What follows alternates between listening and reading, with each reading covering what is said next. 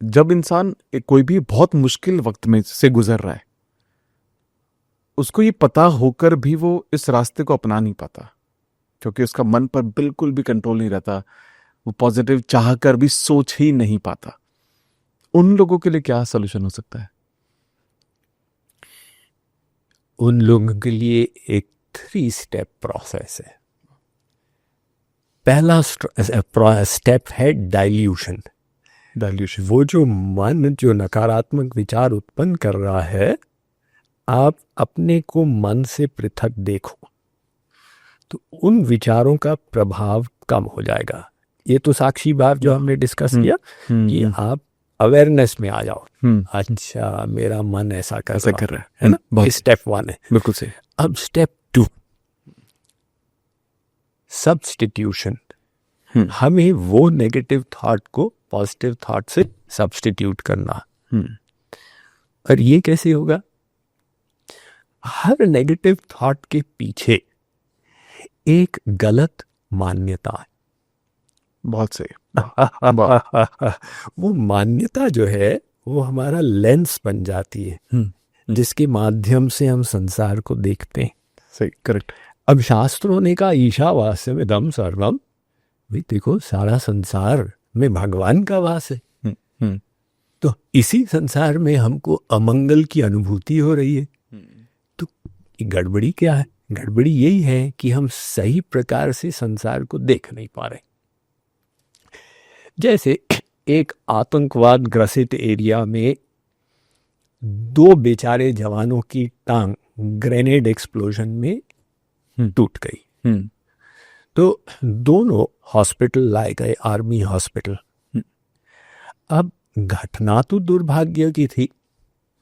एक नर्स दोनों की देखभाल कर रही थी। उसने नोटिस किया कि दोनों के मनोभाव में कितना बड़ा अंतर है।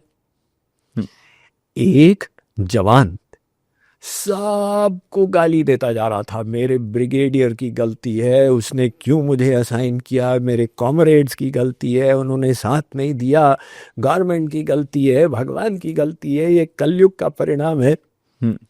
और उसी स्थिति में दूसरे जवान के हृदय में कृतज्ञता भरी हुई थी। अरे आज तो मैं मौत के मुंह में जाके बच गया।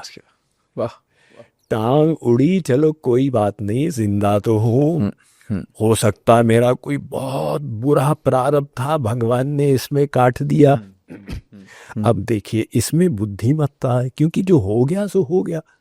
अब व्यक्ति कहे कि मैं अब आगे हम अच्छे विचार रखें तो भविष्य को हम सुरक्षित करें, तो वो ग्रैटिट्यूड का अनुभव कर रहा है।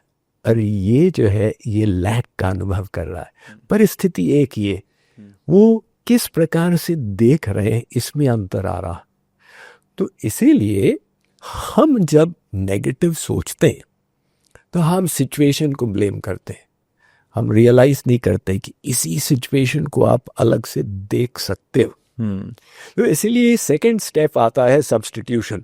वो नेगेटिव विचार को आप पॉजिटिव से सब्स्टिट्यूट करो। खूबसूरत। और थर्ड स्टेप है सब्लिमेशन। इसका मतलब क्या? वो पॉजिटिव विचार को रिपीट करने लग जाओ।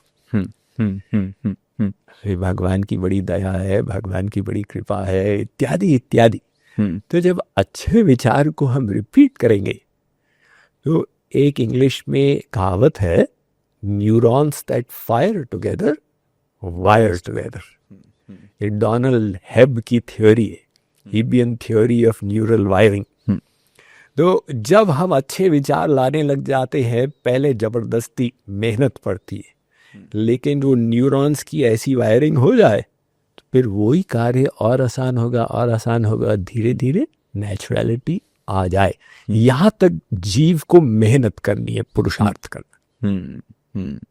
बहुत ही खूबसूरत, बहुत ही खूबसूरत।